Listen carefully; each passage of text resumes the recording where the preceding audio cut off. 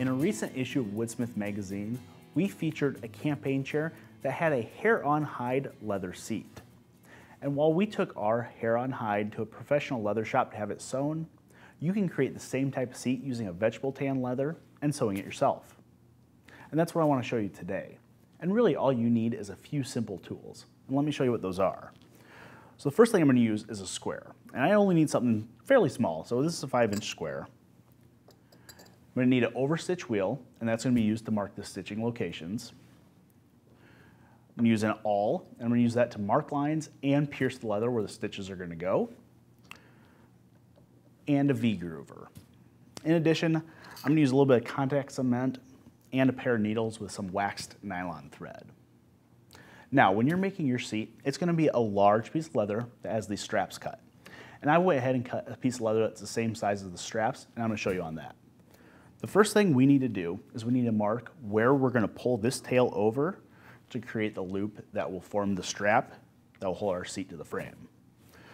So I'm going to measure out 3 inches, and I'm going to mark that with an awl. I'm just going to make a couple strikes with the awl just so I know where that's at. But don't push too hard because you don't want to cut the leather. Now I'm going to flip the leather strap over, and we're going to mark where our stitching locations are going to be. In this case, it's going to be 1/4 inch in from the end, and we'll mark that with the awl again. And again, you want to go fairly lightly on these. Then the second stitching location is going to be another 1/4 inch in from that first stitch row. Okay, so now that I have those marked, we can go ahead and mark our location with our overstitch wheel where we're actually going to pierce the leather. And to do that, I'm going to put the overstitch wheel in that line, and I'm going to bring the square right up to it. Then push down as I roll it. And that's going to mark the locations where we're going to pierce the leather. And we'll do that for that second one also. Okay. Now with those marked, we can go and pierce through the leather with our awl. And really, we're not trying to make a huge hole right now. We're just trying to mark those locations, and when we get it in the stitching pony, we'll be able to pierce them all the way.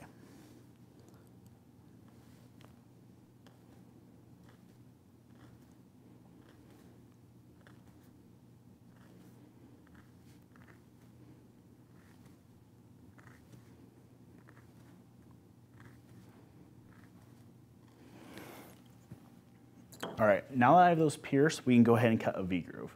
And it's important to mention, while I'm piercing the leather, if you see that your overstitch wheel has left those lines you scribed, just make sure you're piercing on the line. So with this V-groove tool, we're going to do the same thing we did with the overstitch wheel. We're going to line it up on the line, bring our straight edge to it, and we're going to cut a shallow groove down the leather.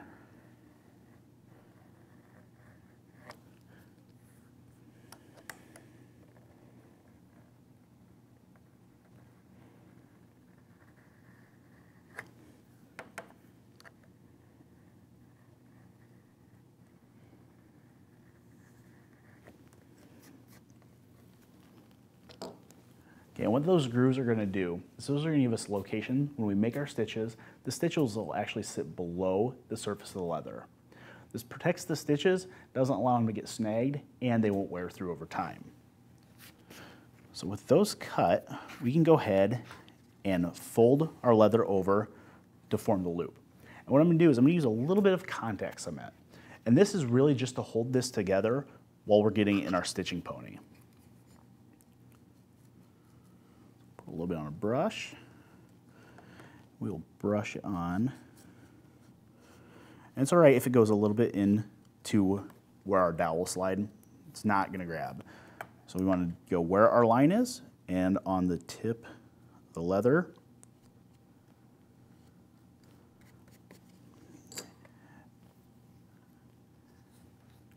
And we'll let that contact cement dry for a few minutes, and then I'll press it together and we'll get in the stitching pony. So once the contact cement has had a chance to set up and really hold that leather together so we can stitch it, I've went ahead and clamped it inside of a stitching pony. And a stitching pony is really designed to hold the two sides of the leather together while you stitch it. And this is one we built in Shop Notes magazine, and we'll include the plans on our website. So to start our stitching, you're going to want to reach for your awl first. And what we're going to do is we're going to take those holes that we made originally with our overstitch wheel, and we're going to enlarge them and bring them through the backside also. So what you're going to do is you're going to work through, piercing each location that the overstitch wheel showed us. Now my overstitch wheel puts the stitches fairly close together. So I'm not going to press the awl all the way through the leather because you run the risk of connecting two holes and you'll end up with a large stitch hole and it's not going to look very good and it's not going to be very strong. So we're going to work all the way down here, piercing through the leather. We'll get close to the end. Okay, now we can start stitching. And what we're going to do is we're going to create what's called a saddle stitch. And the saddle stitch basically uses a piece of waxed nylon thread, and we're going to thread a needle on each end. And we're going to start our stitch, the hole closest to us, and pull that through. And we're going to bring it to where the two tails are roughly even. Okay? Then we're going to take our left hand needle, and we're going to feed it through the next hole and pull that through. And this is what a saddle stitch is. A saddle stitch is the two needles going through the same hole, passing opposite directions. So we'll take our right hand needle and pass that through, and we'll pull those nice and tight.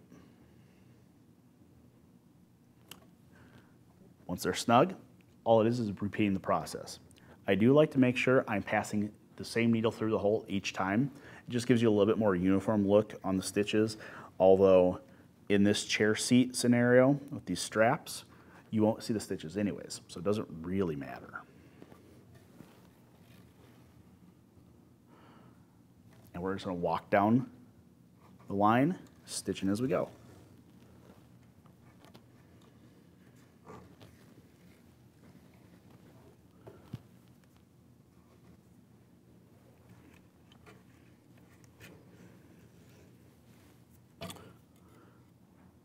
All right, now that I'm down to these last three holes, I'm going to come back with my awl from the back side, and I'm really going to make sure that those holes are nice and large. Because what we're going to do is we're going to finish the stitches out all the way, and then we're going to turn around in reverse direction and come back through those holes. And this is the one thing I really like about a saddle stitch, is by coming back through those holes, you don't have to worry about knots. Once you got those threads passed back through holes that have already been stitched, they'll really stay in there, and there's no need to knot it.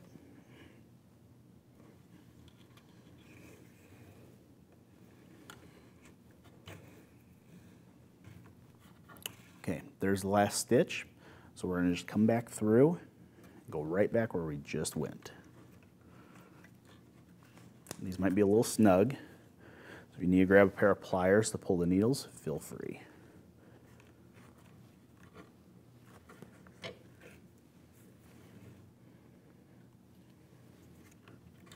Actually, these holes are pretty good, so I'm going to leave it at those two back stitches, and I think that'll be good.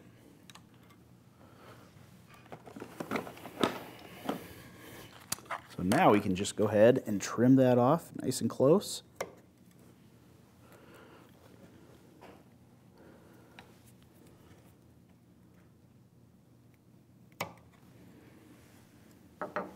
And now we can go to the next stitching line.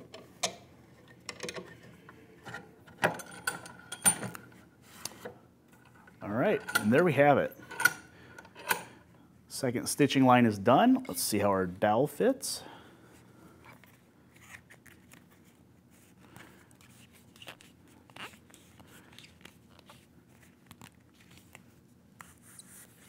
All right, there you have it. Now, of course, when you're sewing the entire seat, you're gonna have a little bit more leather here than just this little strap I have. But the technique is the same. It takes a couple tools that are pretty inexpensive, and it's a really simple technique. And you can really expand your projects apart from just woodworking.